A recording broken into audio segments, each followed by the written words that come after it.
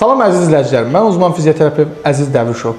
Bugün sizdən çox bizə daha çox vacib olan bir mövzu haqqında danışmaq istəyirəm. Çünki son zamanlar normal olaraq sosial mediada manual terapiya videolarımız çox yayıldığına görə bütün pasiyentlər manual terapiyanın öncəsini bir kənara qoyur və elə düşünürlər ki, hər hansı bir şikayətim varsa, gedəcəm bir seans manual terapiya olacam və bu şikayətlərdən qurtulacam. Əslində bu mövzu belə deyil. Təbii ki, hər videomuzda biz bunu vurğulasaq da uzun danışdığımız videolar sizin qarşınıza çıxmadığı üçün ancaq manual terapiyalarını izləyirsiniz və sizdə də belə bir fikir formalaşır.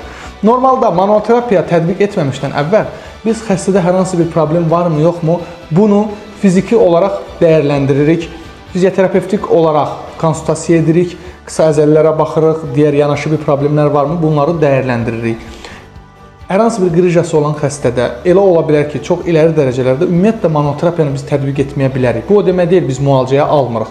Və yaxud da ki, digər başqa problemlərlə gələn hər xəstəyə biz manual terapiya tətbiq etmirik. Yəni, müalicə üsullarımız dediyimizdə bir tək manual terapiya deyil.